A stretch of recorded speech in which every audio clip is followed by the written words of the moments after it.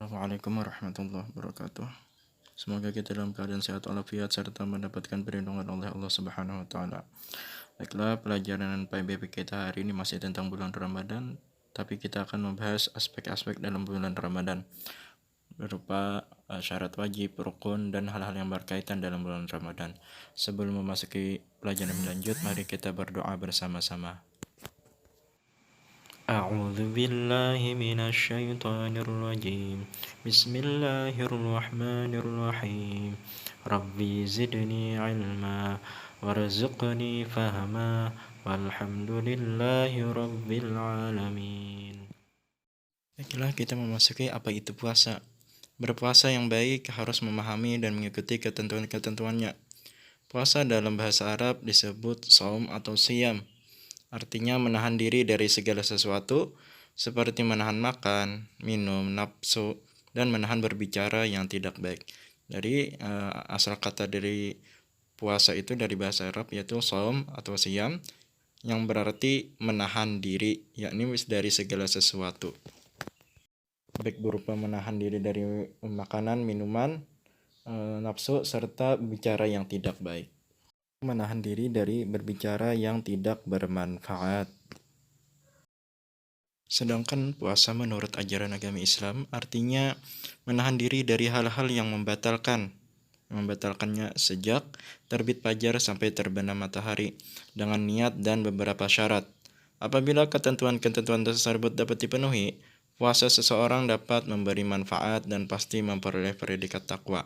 Jadi menurut agama Islam, puasa itu adalah menahan diri dari hal-hal yang membatalkannya yang sudah disebutkan tadi, seperti makan, kemudian lagi minum, kemudian lagi terpengaruh oleh nafsu dari terbit fajar sampai tenggelam fajar. Apabila kita dapat menahan hal tersebut dan memenuhi ketentuan maupun syarat-syarat yang disebutkan dari menjalankan ibadah puasa tersebut, maka kita akan mendapatkan manfaat dan memperoleh predikat menjadi hamba yang bertakwa. Agar ibadah atau terutama kita melaksanakan ibadah puasa harus melaksanakan syarat maupun rukun-rukun dan hal-hal yang berkaitan dengan syarat wajib dan berpuasa. Nah, baiklah, kita memasuki dalam syarat wajib puasa. Syarat wajib puasa, apabila syarat-syarat ini terdapat pada diri seseorang, maka orang tersebut wajib berpuasa, yaitu berakal sehat. Orang gila hilang akal tidak wajib berpuasa. Balik atau dewasa, anak-anak yang belum balik tidak wajib berpuasa.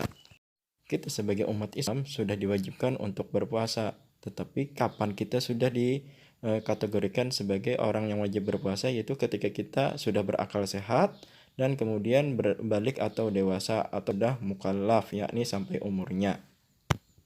Apabila hal tersebut sudah ada di diri kita, maka kita wajib mengerjakan puasa di bulan Ramadan. Lagi selain sudah dewasa dan berakal sehat, orang yang sudah diwajibkan berpuasa itu harus kuat berpuasa. Nah, jadi orang yang lemah fisik tidak wajib berpuasa. Misalnya lemah karena tua boleh tidak puasa, tetapi menggantinya dengan fidyah. Demikian juga orang yang sedang sakit boleh tidak berpuasa, tetapi wajib mengganti puasa di hari lain setelah pada bulan Ramadan. Jadi selain kita berakal sehat dan sudah masuk umur dewasa, kita diwajibkan puasa ketika memang kita kuat berpuasa. Apabila ada hal darurat seperti sudah tua atau lagi sedang sakit, maka kita boleh tidak berpuasa, tetapi nanti kita akan menggantinya di hari lain setelah bulan Ramadan tersebut. Nah, tadi ada sebutan namanya ada fidyah. Jadi fidyah itu apa? Fidyah itu adalah denda sebagai ganti bagi orang yang tidak mampu melakukan puasa. Caranya adalah memberi makan setiap hari, satu harinya itu sejumlah hari di mana orang yang bersangkutan tidak berpuasa. Misalkan dia 2 hari, maka dia 2 kali atau 2 hari memberi makanan pokok kepada fakir atau miskin, banyaknya 1 mud. Nah, 1 mud adalah ukuran berat 626 gram. Fidyah bisa berupa beras atau makanan pokok yang mengenyangkan, yang pastinya sesuai dengan daerahnya masing-masing.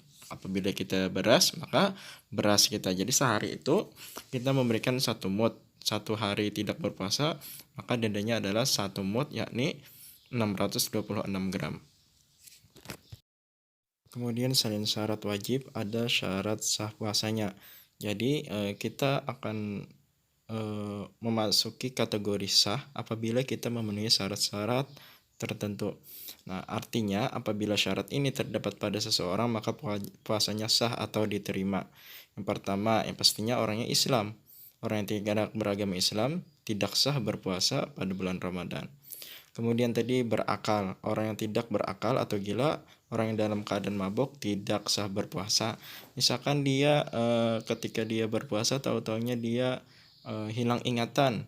Maksud hilang ingatan itu seperti pingsan atau ada penyakit ayan, maka puasanya itu batal dan tidak sah lagi untuk dilanjutkan. Kemudian tadi yang orang Islam tadi, tahu-taunya dia naudzubillah dzalik murtad, ternyata masuk Islam lagi, maka puasanya tadi sudah batal terlebih dahulu. Kemudian mumayyiz atau tamyiz, yaitu cerdas dan dapat membedakan antara yang baik dan buruk. Nah, ini berhubungan dengan umur seseorang yang akan berpuasa. Biasanya mumayyiz atau tamyiz ini tidak mesti dia sudah dewasa, tetapi ketika dia sudah bisa membedakan yang mana baik dan yang mana buruk, terlebih lagi dia mengetahui rukun-rukun atau aspek-aspek dalam bulan Ramadan, maka dia ketika itu bisa melaksanakan puasa, maka puasanya sah. Dan ini juga tergantung pada akal diri seseorang. Apabila umurnya memang walaupun sudah dewasa tetapi tidak bisa membedakan yang baik dan benar, maka puasanya tidak sah. Kemudian lagi suci dari haid bagi wanita, nih khusus wanita saja ya. Orang yang tidak sah berpuasa apapun nifas adalah kondisi setelah orang melahirkan, mereka juga tidak sah berpuasa. Jadi ketika perempuan itu sedang berpuasa nih, tahu-tahunya mereka datang bulan atau haid, atau juga perempuan tersebut sedang nifas, maka puasanya tidak sah dan puasanya batal. Bahkan apabila mereka dalam keadaan haid atau dalam keadaan datang bulan atau nifas, mereka tidak diwajibkan puasa, maka mereka tidak boleh berpuasa. Intinya tidak berpuasa lah, dan akan diganti pada hari selanjutnya atau di bulan setelah bulan Ramadan. Yang kelima, dalam waktu yang diperbolehkan berpuasa bulan Ramadan dan kita dilarang berpuasa pada 2 hari raya, yakni Idul Fitri dan Idul Adha, serta hari tasyrik yaitu 11, 12, dan 13 bulan haji atau Zulhijjah. Jadi kita apabila kita berpuasa di 2 hari raya atau di 3 hari tasyrik, maka puasa kita tidak sah dan tidak diterima dan malah sia-sia. Nah, jadi syarat sah puasa ini berlaku bagi puasa sunnah maupun puasa wajib. Apabila kelima syarat sah ini kita laksanakan atau tahu, maka puasa kita akan sah atau diterima. Yang terakhir ini adalah rukun puasa. Jadi apabila orang tersebut ingin berpuasa, dia harus melaksanakan aspek ini. Yang pertama, berniat, yaitu menyengaja puasa Ramadan waktunya setelah matahari terbenam atau biasanya kita setelah sholat tarawih sampai sebelum terbit fajar shiddiq atau sebelum azan subuh. Jadi kita diwajibkan sebelum berpuasa itu berniat dulu malam sampai sebelum azan.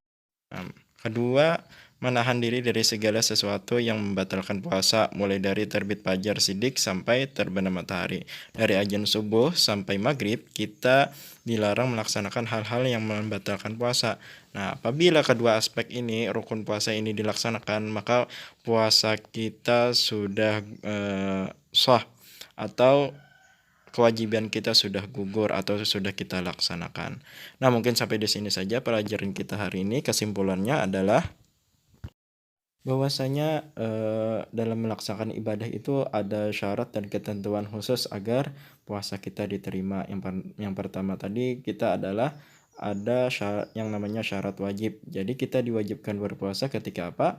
Ketika kita sudah balik atau sudah dewasa, kemudian ketika kita berakal, dan ketika kita memang mampu atau sehat badannya. Kemudian ada syarat sah, yang mana ketika kita melaksanakan syarat sah ini, maka puasa kita akan diterima. Yang pastinya syarat sah dalam puasa Ramadan adalah maupun puasa yang lainnya, kita wajib sudah beragama Islam. Jadi orang Kristen maupun orang yang dalam keadaan Islam kemudian keluar dari agama Islam, ketika itu dia puasanya batal. Kemudian lagi ada juga syarat sah yang lainnya yang bisa kalian lihat tadi pada pemaparan sebelumnya. Dan yang terakhir adalah rukun, mana rukun ini kita laksanakan maka kita sudah melaksanakan atau menggugurkan kewajiban kita sebagai umat muslim, atau menggugurkan rukun-rukun puasa apabila kita sudah melaksanakannya, yakni dari mulai berniat, kemudian lagi menahan diri dari hal-hal yang membatalkan puasa dari terbit fajar sampai maghrib. Apabila sudah kita laksanakan, maka kita sudah termasuk orang yang berpuasa. Nah, mungkin sampai di sini saja pelajaran kita hari ini. Semoga bermanfaat. Bapak tutup, subhanakallah bihamdika asyhadu an la ilaha illa anta astaghfiruka wa atubu ilaik. Assalamualaikum warahmatullahi wabarakatuh.